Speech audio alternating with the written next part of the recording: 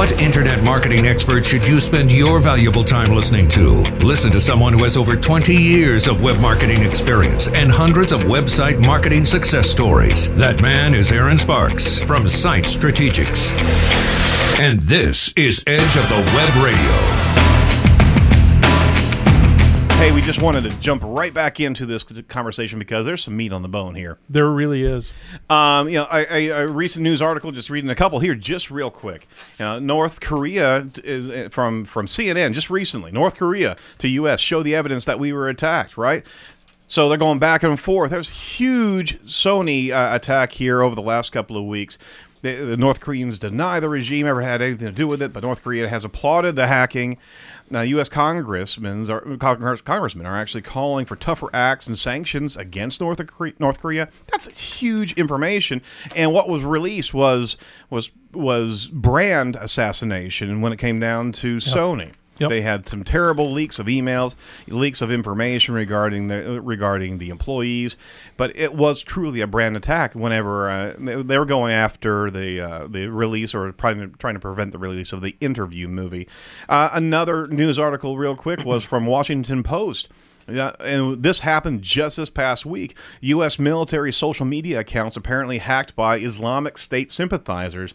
This is from Don Lamothe. This is just back a couple days ago. Hackers claiming allegiance to Islamic State took control of the social media accounts of U.S. military Central Command. I don't know if you saw that, but that was... These are U.S. assets, social media assets, and they are getting compromised. Well, and there's two distinctions there too that I think are important. Was the Sony hack was someone got into Sony's computers, right? And when you're talking about the American government, these government social sites, they didn't get into government computers. They got into their accounts, right? Exactly, on social media, and so that absolutely needs to be specified. It does, because I think that.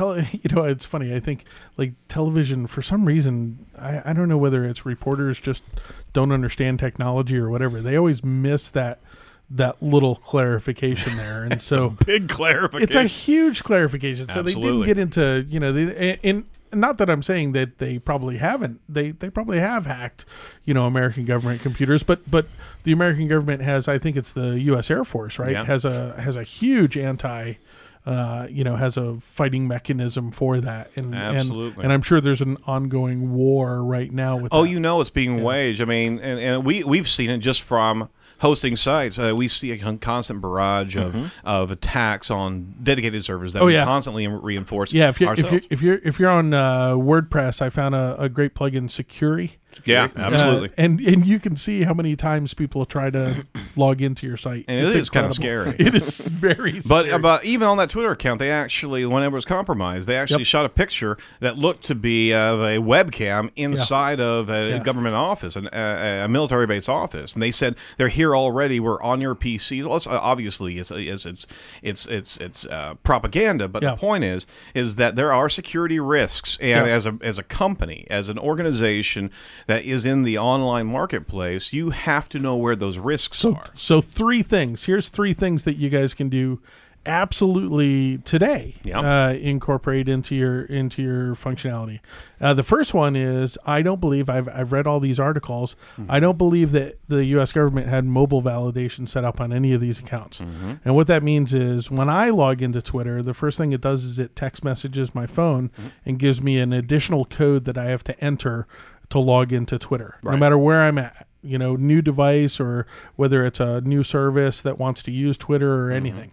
And so that means that they would have to have access of my phone, and they would have to have my password. Right. And so the first one is mobile validation. You guys should enable that on all of your social accounts. Facebook offers it, Twitter offers it, Google offers it, and it's very easy to use. It's really easy to use. So just go to settings in any of those things and password, and typically there's a mobile feature option there for the additional validation. Some of them offer an email too. They'll send you a code via email that you can use, but it's like a two-step verification process. So that's the first thing. The second one is, I think a lot of these larger organizations, if you have a Facebook page, let's say, they utilize Facebook's internal add a manager feature. So you can add 14 people to manage a page. Well, the problem is if any one of those 14 people gets hacked, now your page is done. And so that's my guess is that CENTCOM or whatever, probably had one person that had pass 1, 2, 3, 4 as their password. And someone got in and took over it that way. So the way that I would manage it from a company standpoint is utilize a tool like Hootsuite or whatever that has a separate login that utilizes that API, and now you can take it and give it away, very easily, and you're not at the end use. So now you're listening to Doug Carr of Marketing Tech Blog. I forgot to introduce you, sir. Oh, that's okay. So the second one is utilize those management tools. Almost all the enterprise management tools allow you to add users and take away users' access as you see fit. And the nice thing is now you've got two sets of passwords and logins too. But those enterprise services are utilizing one API connection as opposed to all. And you're not letting any of your employees know what that connection is. That's the thing, is you're managing it. And and you can have two-step validation on there. The last thing, I just want to give a shout out because I know there's other ones out there, like I think there's 1Password and there's some other password management services, but LastPass is LastPass. I signed up for Dashlane, Dashlane. They have a mobile app. They have a set of browser plugins. I absolutely love this. So to basically Dashlane handles all of my passwords. I have one central password, and the mobile app actually uses the fingerprint. Oh, cool. On iPhone. But what it does is Dashlane selects a very, very complex password for all of my services, and it's different for every service. That's beautiful. I don't have any two services that use the same password, and I don't know any of the passwords. I literally don't. But I can go to Dashlane, log in, and then copy and paste the password in if I need to. Or if I have the browser plugin, it just automatically logs me in for it. If I have the mobile app, I can copy and paste it. The other thing that Dashlane is doing is the next release of it that they're testing right now, the beta release of it, which is really cool, is they have a password changer. So they can just blanket go in and change your password. This is really cool. So let's say, you thought that you were hacked on one site or whatever, and you're worried that someone might be able to access additional. You can literally go in there and just start changing passwords for all of these services. So I can't say enough about the password management services aren't just about ease of use. It's also about security. The fact that I do not have the same password across the 100 different sites that I utilize is fantastic. And they're long, complex symbol number combinations that are very hard to get into. And so, it takes me one more second to log into each of them because I have to go to Dashlane and then log in.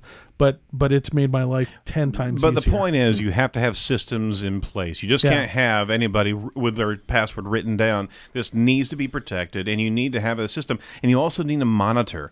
So many times we've seen companies that have forgotten their password, and all of a sudden somebody has been compromised, and there's no way to get back because... Two other things. Dashlane allows me to give you access to a password or two. So if you have employees and they have to, the second one is it has an emergency in case you, God forbid, die. I have an emergency on the list. They can email Dashlane and say, I want access to Doug's passwords. If I don't respond within so many days, they give them access. And so Jen has all your passwords, huh? So all I gotta do. I have my son. I have my son as an authorized, requester there. So probably shouldn't publicly announce. So we'll put a link for Dashlane on the site. But remember that mobile validation, use social sharing platforms, and then use a password manager. Absolutely. And you can